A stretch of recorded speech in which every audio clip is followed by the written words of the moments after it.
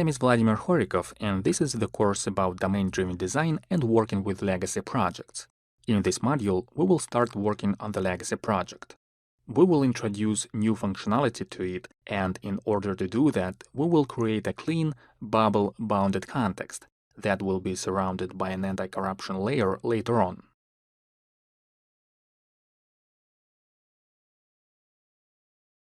Alright, so we are now responsible for maintaining the legacy project, and we have the first task already. Let's say that the business people came to us and asked for a new feature, changing the way the estimated cost of delivery is calculated. Let me show you this feature again. If we added one of the packages, the estimated cost is displayed in this text box. We can increase the amount in one of the products, click the Recalculate button, and the application will change the estimate. In our case, it changed from 40 to 80. We can also add another product, increase its amount too, and recalculate the cost again. And here's the place in the code where this functionality is implemented. It's pretty straightforward, as you can see. The application just sums up all amounts from all products in the delivery and multiplies the result by 40. So the stakeholders are not satisfied with the way it is currently working. This estimate often appears to be incorrect, and the amount of money the company spends on delivering a package often doesn't match this initial evaluation. To close this gap between the estimate and the real cost, the application needs to have a more precise calculation algorithm. This algorithm has to take into account the distance between the warehouse and the destination address, and it also needs to account for the mass of each product. So if you look at the database diagram, the new version of the algorithm will need to get two additional pieces of information, the address from this table and the weight from this one. So this is our first task for this project. Note once again that if it was a real project, I would recommend to just go ahead and modify this logic within the existing legacy codebase. But this is an example, and examples have to be simple. So we will continue with the assumption I asked you to make in the previous module. The assumption that the application codebase is much messier than you saw here, and much larger as well. Which means that implementing the change within this codebase is hardly an option for us due to its enormous complexity.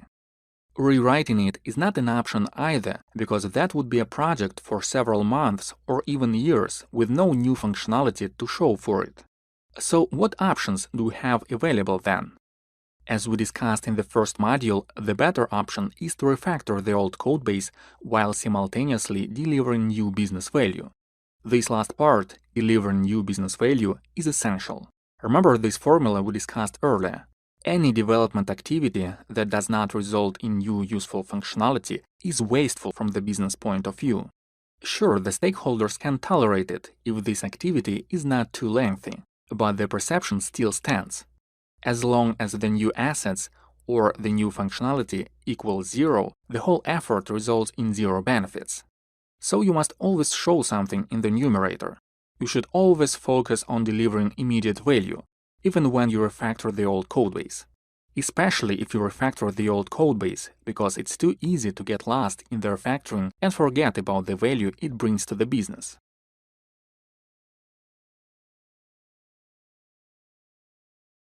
This principle, focusing on delivering immediate value, entails several implications. First of all, if you see that in order to develop new functionality, you don't need to refactor some piece of legacy code, don't touch it. Try to keep the scope of refactoring as narrow as possible. Remember, the less the denominator in this formula, the better. Try to produce the results fast and make the refactoring incrementally. But at the same time, don't compromise on the code quality. If you do that, you will be hit by the effect of a broken window. That is, if you make just a single compromise on the quality, it will be increasingly easier for you to continue making such compromises in the future. If there is one suboptimal design decision in the codebase, why not add another? This is what you will think of it. Eventually, this leads to degrading the quality of the new code and pretty much negates the whole point of the refactoring. The broken window effect is akin to software entropy, the phenomena we discussed in the first module. So keep the scope of the refactoring as narrow as possible, and at the same time keep its quality as high as possible. And if you need to compromise on something, for example because of deadline pressure, reduce the scope, not the quality. When dealing with the legacy codebase, don't expect to understand how the whole application works. It can be quite overwhelming. Approach it from different angles, one step at a time. Implementing new functionality while refactoring small parts of the existing codebase will help you with that. Keep in mind that not all code is worth being refactored. As I mentioned earlier, if a module of code doesn't need to change in the near future, leave it alone. Also, not everything in a large system will be well designed, even if you try to make it so. Here's a quote from Eric Evans with that regard. Keeping everything well designed is the enemy of good design. The point is, the desire to refactor everything will not necessarily bring the most benefits. That's because of opportunity cost. In most cases, your effort will bring more value if applied to developing new functionality, rather than working on not so important pieces of the codebase. And frankly, you just don't need to keep everything well designed. There always will be some bad parts in the legacy codebase. Refactoring is essential, but you need to be strategic about where to apply it. And that means, once again, applying it to only those parts of the system that require new functionality. Alright, narrow, targeted refactoring is the key. But what to do if the legacy codebase is a complete mess? What if the codebase is so unmaintainable and hard to change that it will take you days or even weeks to implement a new feature, let alone refactor anything in it? In this case, it can be more practical to use approaches other than trying to refactor the legacy codebase.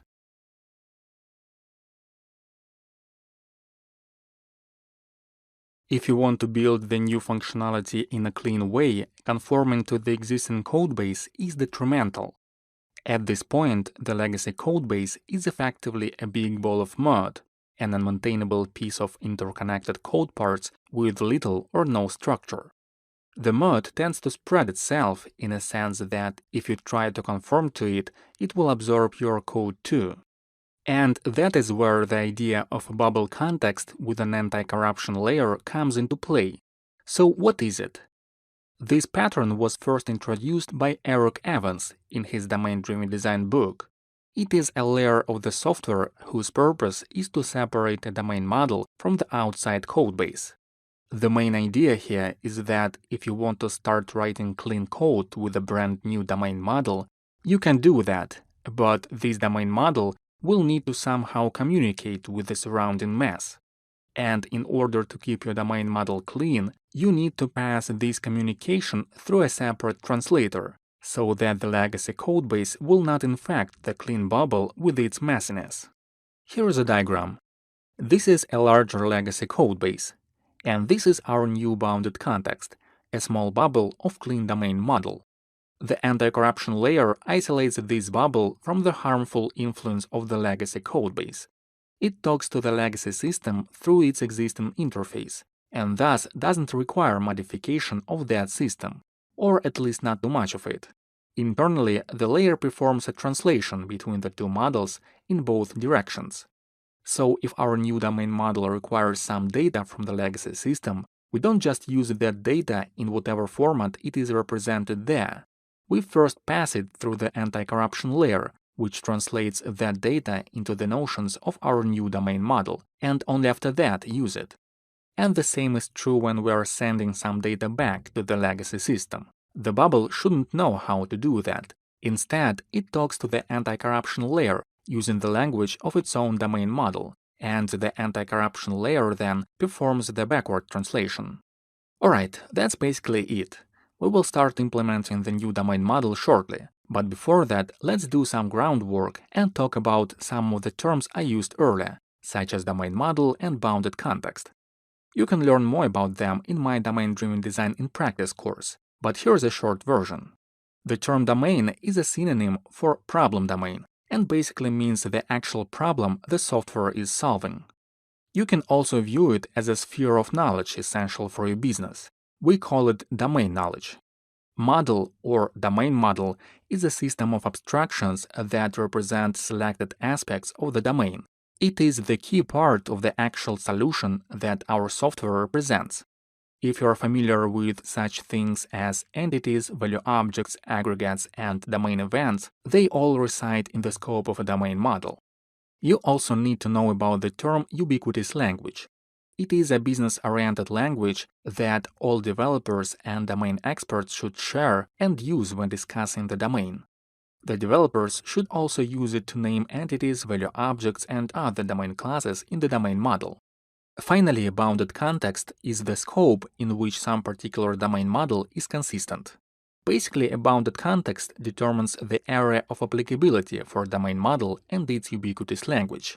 That's because for any more or less complex system, you cannot build just one unified domain model. And you also cannot speak the same ubiquitous language in this case, because words tend to have a different meaning in different contexts, and it's hard to agree upon a single ubiquitous language in a large project that involves a lot of people. It is more beneficial to split the work into several subsystems with their own domain models and ubiquitous languages, and thus tackle independent parts of the problem. If you draw a diagram depicting these notions together, it would look like this. The problem domain consists of several smaller subdomains, subproblems, so to speak. On the right, there is our software. It consists of multiple bounded contexts, each of which has a domain model inside. There could be some auxiliary code in bounded contexts too, but the domain model is what we're interested in the most. Each bounded context tackles its own subdomain. Note that the software doesn't necessarily have a single executable. It can be implemented as a set of microservices. Alright, so this is the quick outline of these terms. For more details, refer to my other course, Domain-Driven Design in Practice.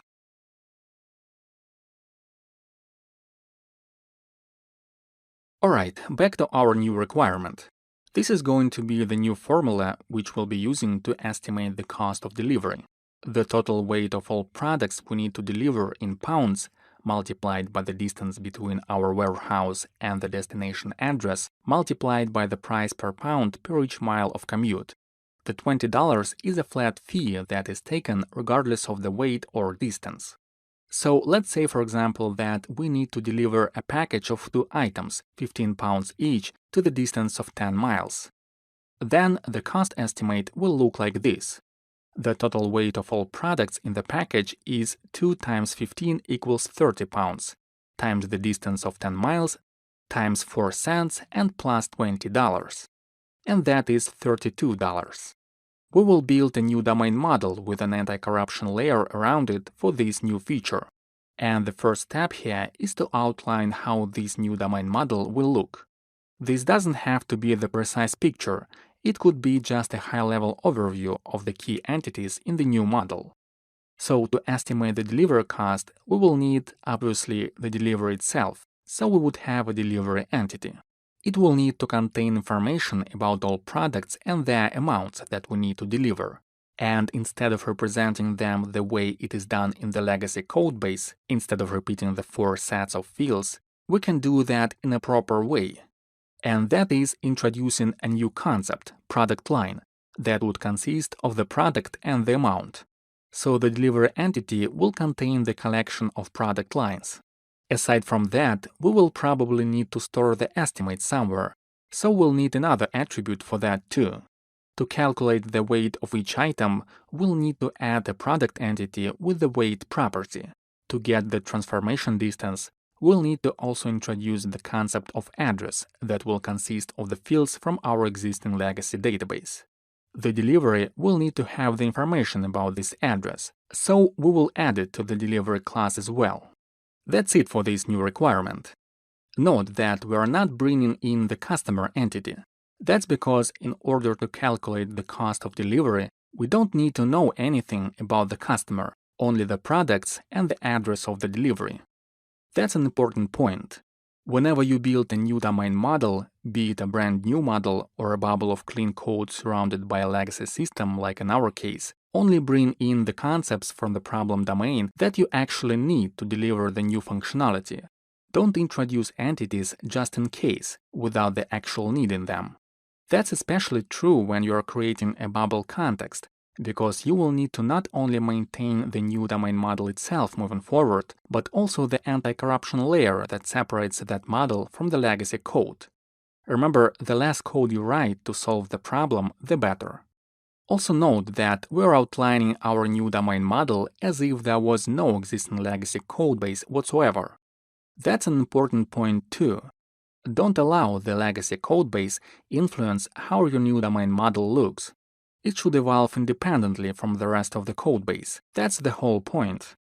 We will handle the translation between the two in an anti-corruption layer. For example, we will represent these 4 product lines as a collection, merge the 2 weight columns into a single field, and split city and state into 2 separate ones.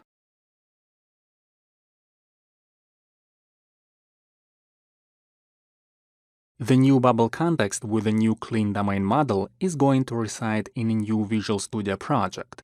So let's create one. Let me change the location real quick. Okay, as for the project's name, we could call it something like cost estimate or cost estimation, because all it's going to do is contain the new logic for estimating the delivery cost. But there's gonna be more functionality in our bubble soon, and having this knowledge upfront, it would be more beneficial to assign a less specific title to it. The name of our current project is Package Delivery, so let's go with Package Delivery New. I know it doesn't sound plausible, but it's hard to come up with a more appropriate title in this particular case, so we'll go with this one. Let me get rid of this automatically added class and create a new folder, Deliveries. This is where our new domain model will be located. And the first class in it is, of course, Delivery. Good. So what do we need here? First of all, the estimate itself. This is the field that will represent this column from the legacy database. Note that the data type of this column is float, which translates into double in .NET. But at the same time, this field stores information about money, specifically how much it will cost to deliver the package. And because of that, the more appropriate data type here would be decimal, not double.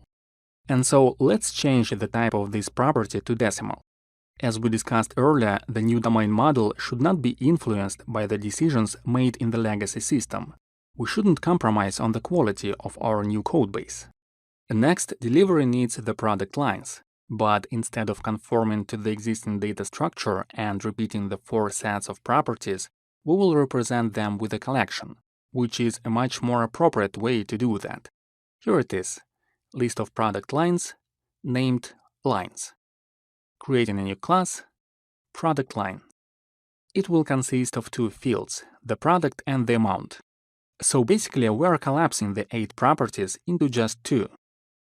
Next, we need the product itself, and in that product, we will just need a single property, weight in pounds. This property will represent both these columns at the same time, because remember, every product has either one of these fields or the other. So we will just need to convert that data into a single unit of mass. Note that we make it absolutely clear what unit of mass we're using here by specifying it in the property name itself. Also note that we don't add any other fields to this class. Weight is the only field we will ever need for cost calculation. So the other 2 fields, name and description, we shouldn't bring them in here, and we don't. Again, the less code we have, the better. Finally, the last class we need for the new functionality is the delivery address. This is going to be a new property in the delivery class, and we're also adding a new class for that property, address. It will consist of a street, city, state, and a zip code. Here these fields are in the legacy database. Street, zip code, and the city and state merge together. We will separate these 2 fields when we'll be doing the conversion in the anti-corruption layer. So here it is, our new domain model. Note that it's only a sketch, a starting point from which we will start growing it. We will get rid of these public setters shortly, and we will also add the actual logic to our domain classes, so that the domain model will not remain anemic for long. And we will probably replace some of the primitive types here with separate classes too, to get rid of the primitive obsession. But we'll see. We will not introduce any new abstractions unless we really need them. And by the way, if you wonder what the term anemic domain model means and why I'm implying that public setters are bad for your domain model, check out my course about anemic domain models and refactoring away from them, here on Pluralsight.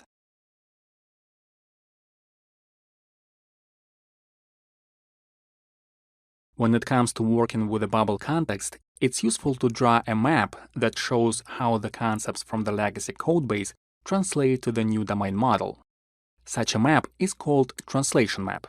So let's do that. It doesn't have to be a fully fledged diagram of all classes and their properties and methods, just a high-level overview of the key concepts and how they translate to each other. The main class in our domain model is, of course, delivery. It will be translated from this delivery table. Actually, from both delivery tables in the legacy database. Next, we have the product line class. This class doesn't have its own separate table in the database, but we will still introduce this class because it will help us simplify the domain model. We will combine data from these 8 fields into 4 instances of product line.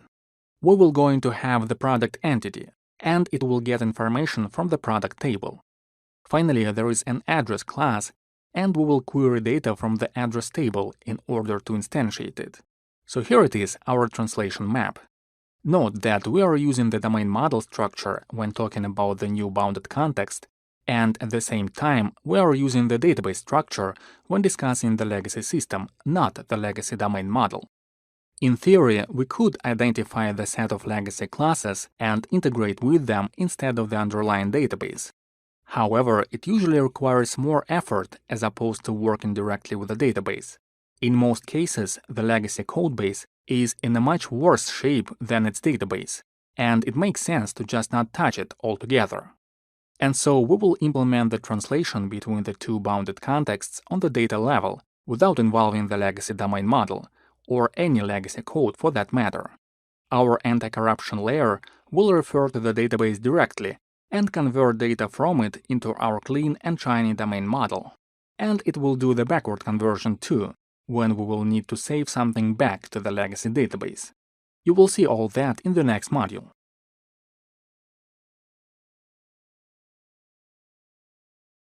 Now that we have outlined the new domain model, it's time to discuss how exactly it will interact with the existing application. The new functionality needs to be incorporated somehow, in a sense that the users need to be able to start using it along with the old functionality. The best way to do that is to have a separate UI, a separate entry point devoted exclusively to the new bounded context. That could be achieved differently, depending on what type of application you are working on. If you have a web application, you can create a separate web page that works with the new functionality and the new domain model only. Although that's often not possible because the new functionality is rarely isolated from the rest of the legacy codebase. And so it rarely happens that you are able to align the UI along the boundaries of the new domain model perfectly well. Usually, you need to have the new functionality in the already existing UI.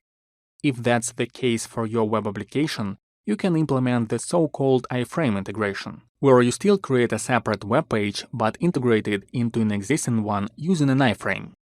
That could be tricky, but I actually had some success with this approach in the past. It allows you to achieve a pretty good separation between the old and the new UI and still present it to the user as a single unified interface. If you've got an API, then it's simple. You just have some of the API endpoints handled by the old codebase and other endpoints by the new one. From the user standpoint, it's not gonna make a difference. And finally, the third type of applications is desktop apps, like the one we're working on in this course. You cannot have a completely separate UI here. After all, it's a desktop application, and so you cannot just create another WPF UI for the functionality provided by our new domain model. In some cases, it is possible, but in most, it is not. Having two separate UIs to handle the same task is unacceptable from the user's point of view, which is understandable. Who would want to work in two apps, one for creating a delivery and the other one for calculating the estimated cost of it? In some cases, though, you can create a different UI window just for the new functionality alone. And that would be good enough. Generally, you want to deal with the legacy codebase as little as possible, and the approach with a separate window will allow you to minimize such kind of interactions. But in our case, we are not able to do that either. As you can see here, the Recalculate button resides on this screen, and it wouldn't make sense to move it to a separate UI window. And it also could be an explicit requirement to preserve the UI as it is now, so having a separate window is not really an option for us. We will need to incorporate the bubble context into the legacy codebase. So how to do that? Here's where the calculation is currently implemented. What we will need to do is we need to replace this code with the new calculation logic from our bubble context. There should be some service that accepts the information about the products and returns the cost estimate back. The input information is the IDs of the products that we can extract from these private fields and the amounts. Let's add such a service to the new codebase.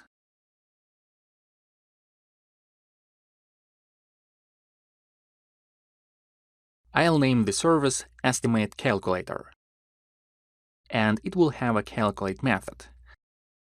Now, what parameters should we add here? As we discussed earlier, it needs all 4 products from this view model and the amounts the user has selected for them. So here they are: the ID of the delivery and all products the user has chosen on the UI. Note that the IDs are nullable because there could be no products in those slots. At the same time, the amounts are not nullable. If there is no product there, the amount equals 0. We can now use this service in the view model. First, let's add a private field with a reference to that service.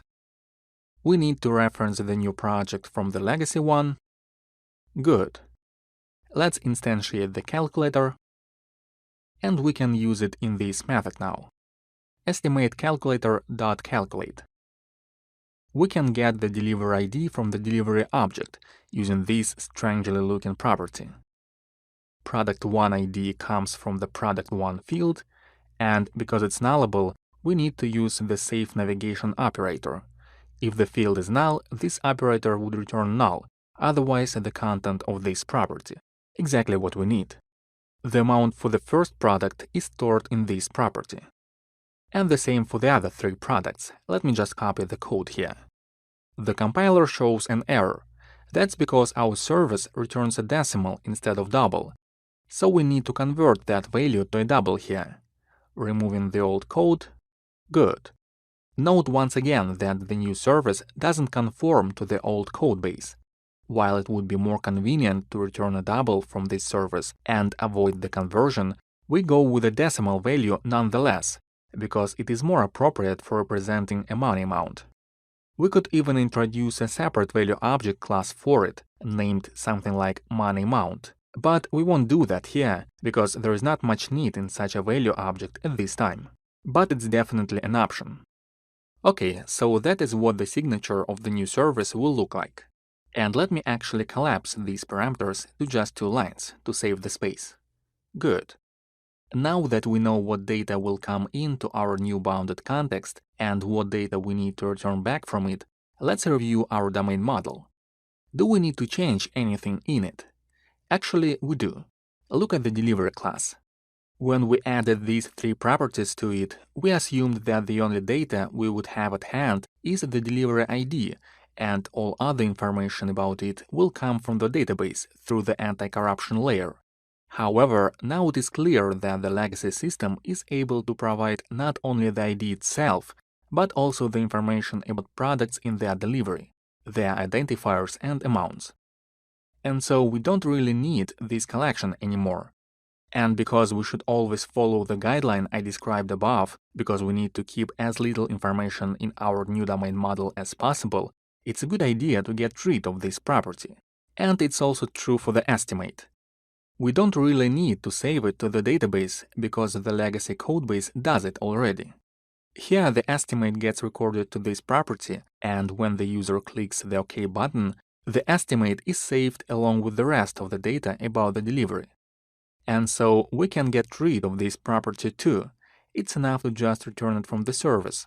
No need to save it in the delivery object after that. Let's fix the compilation errors and run the application to see if this code works. I'm returning 0 just to make sure all wirings between the legacy system and the bubble context is done correctly. If I edit this package and click Recalculate, you can see that the cost is updated. Very good. It's always a good idea to make sure that all the moving parts are working together correctly before proceeding with the actual implementation.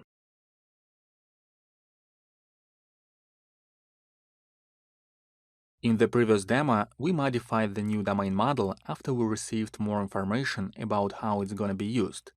Note once again that we keep it lean in the sense that it contains only the information required to solve the particular problem, nothing more.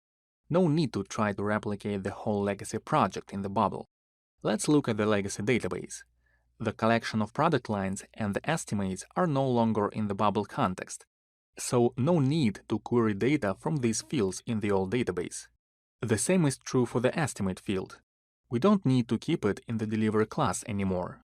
Note that although we got rid of the product lines collection, we can still keep the product line class itself. We will convert the incoming data into instances of that class moving forward. So this is it. We have all the necessary pieces brought together and can proceed to the next step, implementing the anti-corruption layer.